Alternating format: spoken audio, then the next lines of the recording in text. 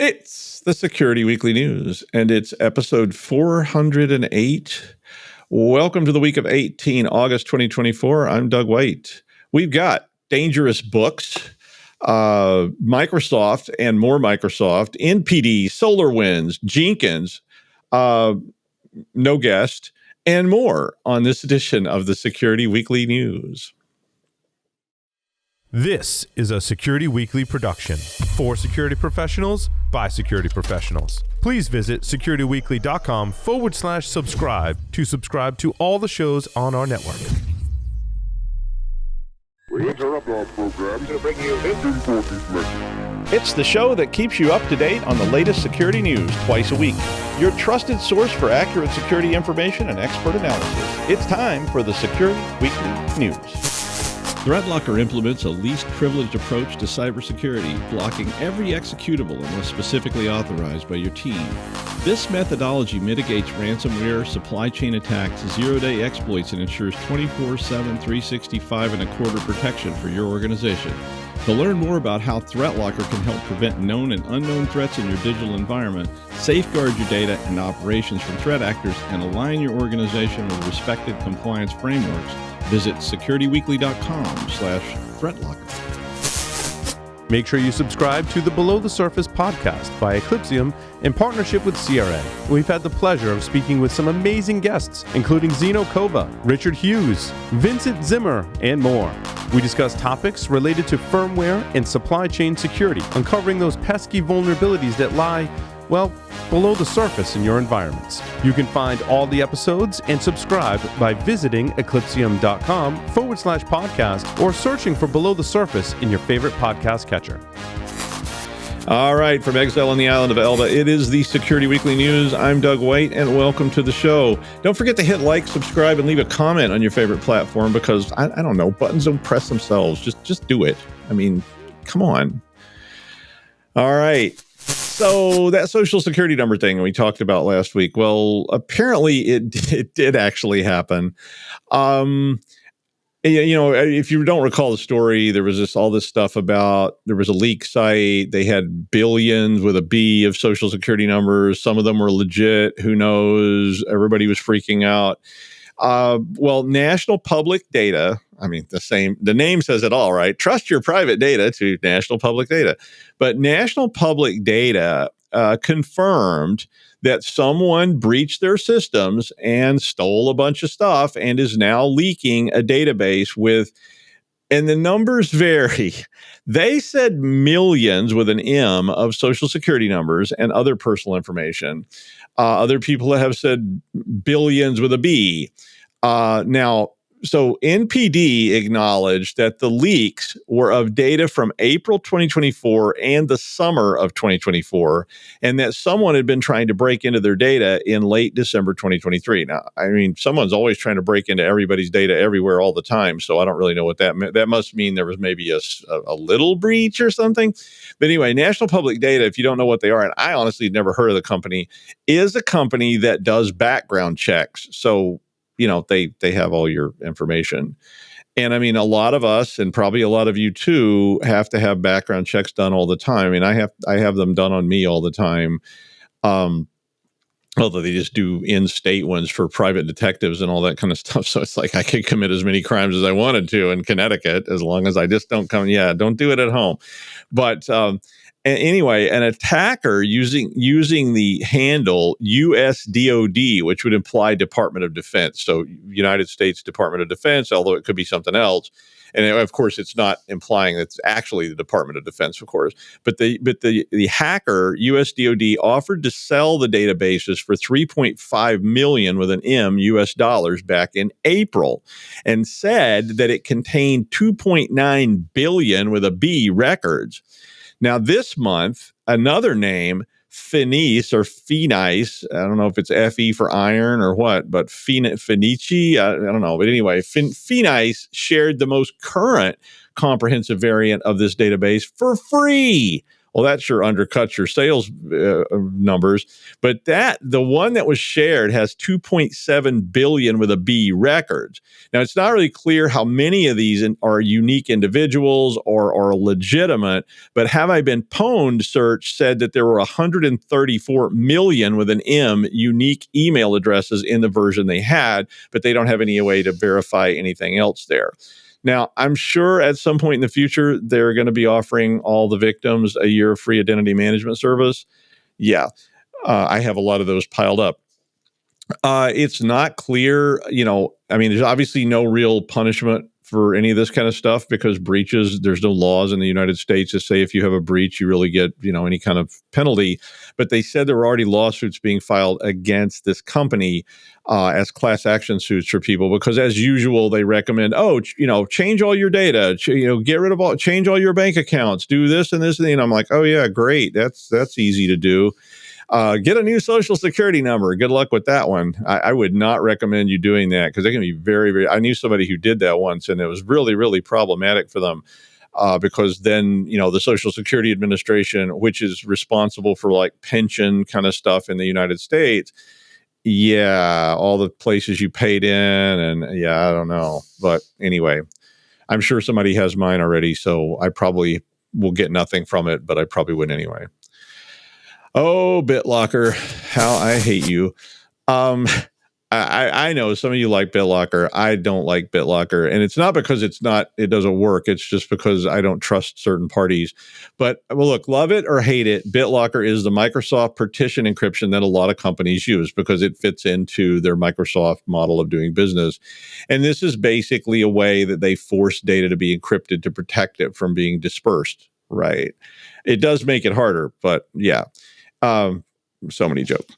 But personally, I never trusted them with my stuff. Not because I didn't trust BitLocker, but because I didn't trust that it would always work the way they said it would always work. Yeah, I was really worried about it. Really. I mean, I'll take care of my own encrypted storage. Thank you very much. But a lot of people use it. So a recent fix for BitLocker security. Whoa, wait, there were security problems in BitLocker? Imagine that. But a recent fix for BitLocker security caused the devices to enter BitLocker recovery mode. Kind of one of those real fun days, like, if you can't reach our website, please contact our website for assistance. Those kind of fun things. Have you ever had those? Yeah, you probably have. Everybody's had those, right? Yeah. So the flaw they were fixing would allow someone to bypass the BitLocker device encryption feature and access the encrypted data if they had physical access to the targeted device. So, that's one of those things that you find out about when you're in law enforcement and you've got all these hard drives and that kind of thing. Or, of course, you could, I guess, be a hacker. But if you stole a flash drive or whatever, that because a lot of companies, require you, if you put a flash drive in the system, it gets encrypted with BitLocker right then. But anyway, when they applied this fix, some of the people's devices went into recovery mode, and recovery mode is like not going to let you recover something. Yeah, it's a big problem. So they disabled the fix. So the security problem's back.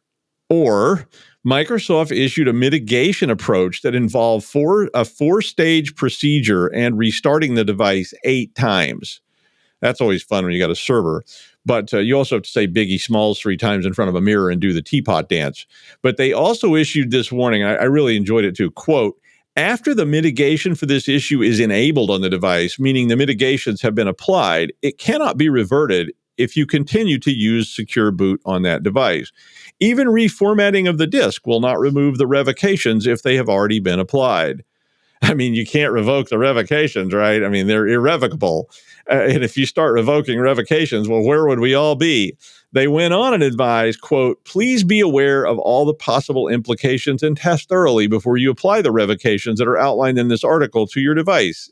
You don't want to get revoked and then irrevocably unrevoked and all that kind of stuff.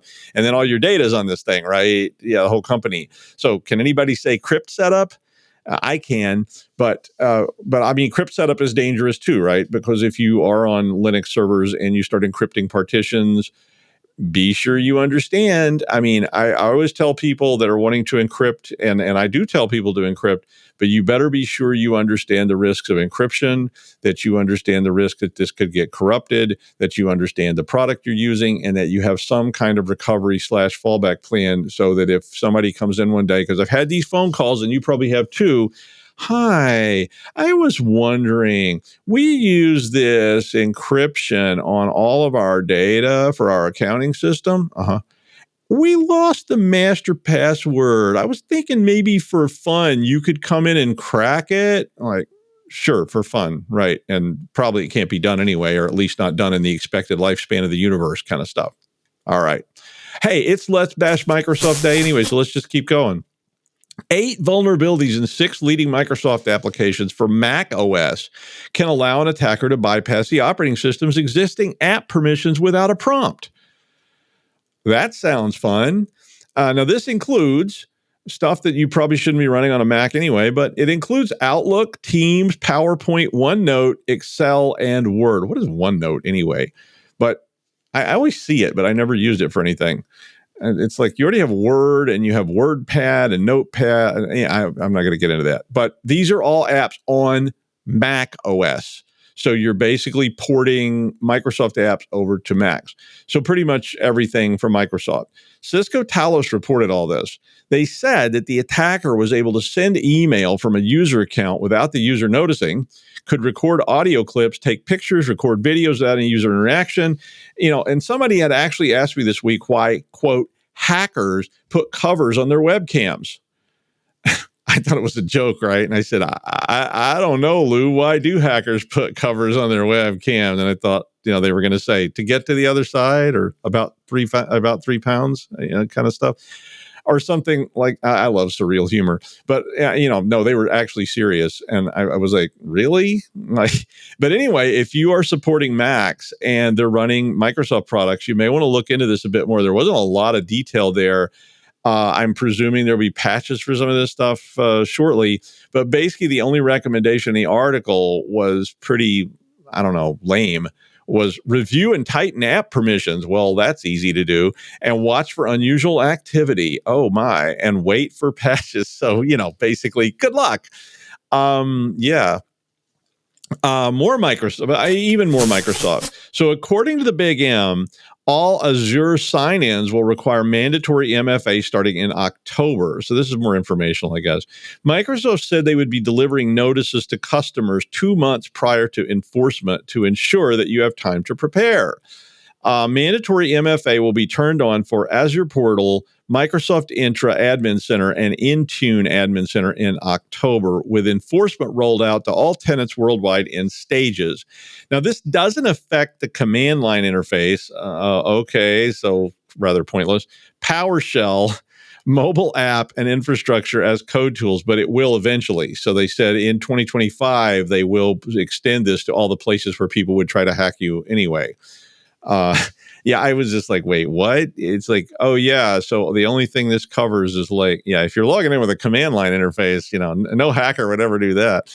But regardless, they are rolling out MFA. So if you're using Azure, you may want to start preparing for this change, because they did say you could get extensions if you had complex environments, which I would presume that's everyone who can afford Azure. Because if you're a government agency and you have single sign-on stuff enabled, and all of a sudden it's going to require MFA and all that has to be integrated, that's not exactly something you just, click a box and it starts working. So you might want to start prepping your argument that you shouldn't have to do this, or not do this. You should do this, but if you don't, all right. On for Microsoft now. On Friday, SolarWinds, anytime you hear SolarWinds now, you cringe, right? It's like, that's what everybody wants with their product. It's like on Friday, SolarWinds said there was a critical vulnerability in SolarWinds. Yeah, that's what you like to get that. You really like to get that text in your inbox on Friday afternoon about 5 p.m., right? But apparently there is a vulnerability in the web help desk, which could allow remote code execution and system takeover without authentication. Yeah. That's a fun thing to hear. Yeah, anytime. But now you're not only thinking, is this a potential threat? Could it have already been used, right? I mean, sorry, kids, we won't be going to Hot Dog World this weekend. Dad's got to work. Oh, I got a sitcom idea. Dad is okay, here's the sitcom pitch. Listen up, Netflix, or I'll work for anybody. Dad is a CISO and mom is an Uber hacker. And the kids know about mom, and they're also Uber hackers who are running the dark web board where mom is a member out of a room under the stairs. And one day a bat arrives and tells both kids they're getting to go on a magical journey to the dark web academy called Warthogs. Wait, I think I just violated some copyrights in my idea. But the first part was okay. We go back, the dad's a CISO, mom's a hacker, the kids are also hackers, maybe, yeah, Netflix, call me. Yeah, really. I mean, I could be a showrunner, right? Big bucks. Anyway, SolarWinds. Yeah, so we were talking about SolarWinds. So remember SolarWinds, the OG supply chain nightmare product from 2020? Yeah, that one. You remember this. I mean, that was like, the original supply chain. I mean, not that supply chain attacks never happened before, but that was like the original one, right? This current vulnerability is rated 9.8 on the CVSS scale. So hopefully you've already patched this on Saturday and missed your daughter's 4th birthday party, but you got the company to give you a free trip to Disney World in a private jet to make up for it. I actually really did that once. It was cool. They were like, can you come in? I was like, I was a consultant. So I was like, well, not really. It's my daughter's birthday. And they were like, we really need you to fly to Dallas. And I was like, I really can't. And they were like, what would it take to get you to do this? And I just made something up. I was like, how about I get to take my daughter to Disney on the private company jet? And they were like, deal. I was like, wow, I should have asked for more. But there is a hot fix for this problem, apparently. But there's a huge but in your face. They said their SAML single sign-on is not compatible with the hotfix update, and they advise you to wait for another fix. Like, we have a big problem, but, unfortunately, the fix we've come up with is going to cause the whole place to explode. So, yeah. So just go ahead and take the kids to the water park. Don't even worry. Probably no one is in your network due to this already. And, while you're standing ankle deep in water that has a surprisingly yellowish hue. But Palo Alto said that the attack is only locally exploited, so that the people would already have to be in your network. The call is coming from inside the house kind of stuff. So no one's in your network right now, right? I mean, are they? I mean, while you're eating fried dough out of a paper cone and wonder if maybe you shouldn't have tried that free sushi bar while at the state fair, while there's only a pair of portable toilets in the whole place. Yeah, well, if you have SolarWinds still,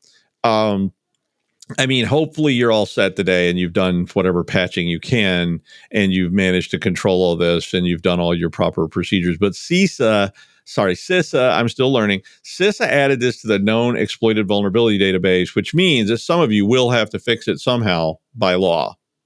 Yeah. Jenkins is an open source continuous integration, continuous delivery, or CI/CD server. And now I always thought CI/CD seemed dangerous, but it's supposedly going to get your software deployments out there quickly, which in some ways still sounds like a bad idea to me. I mean, I know I'm old school, but I had to write the code. I had to test the code, provide all my testing reports to the QA people who then, did their own testing. Then they read that. Then they pushed it up the queue so that Mrs. Jennings, please don't call her Ann, could approve it being pushed to prod. And there was this whole long, and it was a very arduous process to get this to prod. But CI/CD is basically you write it, it gets tested, but it just sort of automatically pushes out.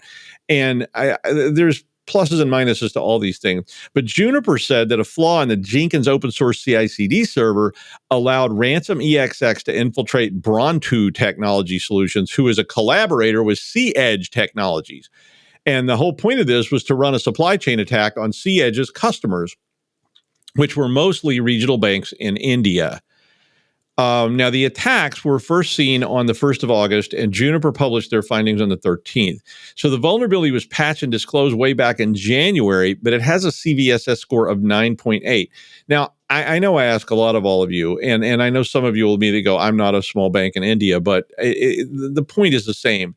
You really need to figure out how to be informed of these patches. And I know the big players inform you, they send out emails, they have all kinds of stuff, but you may be using so many products now in your chain that you may have open source products and you may have libraries and you may have all this stuff. How do you find out whether these things have been patched or not? And that worries me a lot, because I know in code that I put together, I'm automatically including things, right? I mean, even if it's just for a class, I've got 5 libraries in that code. How do I know when those libraries have been patched for some horrible thing? And if you are a regional bank in India, you might want to jump right on this. I mean, maybe there's some sort of solution like a CI/CD. Oh, yeah, there is. There's all kinds of patching solutions, but you need to test, adopt, and make sure they work the way you think, and make sure that you're patching things that aren't just obvious. I've seen these patching solutions in place, and when I looked at them, it looked great. That people had a whole patching plan. But when I said something like, how about if there's an update to this library, CryptSec or something? And they're like, yeah, that's part of the plan. I'm like, well, let's walk through that one. And then they aren't able to walk through that. So think about this a lot and worry about it, because it's a big problem and it gets bigger all the time. Now, I love it when goofy people run for small town offices. I really do. We used to have this guy in Rhode Island. I won't say his name, but he's deceased, so I can at least talk about it. There was a guy in Rhode Island who always ran. He lived in the same town I did. He always ran for lieutenant governor. On the platform, he would dissolve the position and quit if elected, because he hated the idea of a lieutenant governor. He was an attorney. It was epic to me. I mean, and when I was in university for the first time, a guy ran for student body president who promised, he was not one of the Greek people that were always running it like an Animal House. Remember that whole scene? Yeah. But this guy ran for student body president, and it said he would build a ski lift from the roofs of the dorms to the top of the hill, in quotes, where the computer science department was located. I voted for him at least a dozen times. But I mean, anybody remember Gus Hall? No? Nobody remembers Gus? Poor old Gus. Yeah. Look him up if you don't know. And it's not porn. It's just an old time crackpot. But anyway, mayoral candidate Victor Miller is running for mayor in Cheyenne, Wyoming, which is a pretty big city. I mean, it's not, like San Francisco or something, but it's a pretty big city. And, things are a little different in Wyoming, not bad things, just a little different. And, I used to live real near there. I lived across the border. And, it's a beautiful place, but it's different, but it's nice. Yeah. But anyway, so Mr. Miller is running on the platform that he will turn the city over to an AI he created called Vic if he's elected. Now, Vic stands for Virtual Integrated Citizen, and he supposedly, I guess, trained this chatbot. Now, Miller says the AI is more objective than human beings and more effective than human beings. And the AI was being interviewed in a public meeting that was being reported on in this story. So, this is so now Vic apparently is a fork or based on a chat bot from OpenAI, and OpenAI had shut down Miller's account since the AI platform is not allowed to be used for campaigning for political office. So Miller quickly made a second chat GPT bot for this meet and greet that he was holding. And, I guess that's also in violation of the rules. But he already sounds like a really upstanding person you would want running your town, right? It's just like, yeah, I'll break all the rules to get what I want. But I mean, it's an interesting idea. Now, Miller is, I guess, a librarian in Cheyenne, and says he's running this to show that AI would make the city more efficient and transparent than the current politicians that are in office. And honestly, when I was a kid, I think a chatbot would have been better than a lot of the local politicians that I saw in the town. But, I, for one, welcome our new AI overlords. I mean, why not? Now, I have to tell you, I thought that Josh would be here today, but he's not. Now, we don't know exactly where he is. He's not responding. I'm sure he's fine. I think he's on vacation, but I don't want anybody to get all worked up. And I know some of you will go out and find him, and like, yeah, don't go find Josh. He's fine. But we couldn't find him this morning. So hi, Josh, wherever you are, I hope you're having a good time. And we'll just skip over that part. Like here, blah, something, cybersecurity, something, ethical, something. Thank you, Josh. Okay. Anyway. And finally then, see, I could go on forever. I mean, I could do this. We could have a 4-hour show if you wanted. I could just sit here and blather for a while, but I won't. I will just cover that. But and finally, I used to love to go to the main campus library. It was a building called the main library on campus, and it was filled with all the really old books. So nobody ever went there. It was like creepy, dark, shadowy. It was literally like a Victorian building. It was really old. It had all these old books that were written in Latin and German. But I used to go there because you could study and you could smoke. There was nobody there. And this was a long time ago, you understand. And they didn't really say you couldn't smoke. So you could smoke, and I guess nobody complained since there was no one there. And they had all these little carols and stuff. It was a really cool, dark, shadowy building, very Gothic. Now there was another library. You understand, there was a flashy new library that had been built in the middle of campus, and that's where everybody went. But I did learn that the main library, the first floor of the main library, was kind of a weird hookup spot. But I just liked hanging out with all the old books and being able to smoke cigarettes. I don't smoke. I haven't smoked since the 1980s, but back then, boy, did I ever. But well, guess what?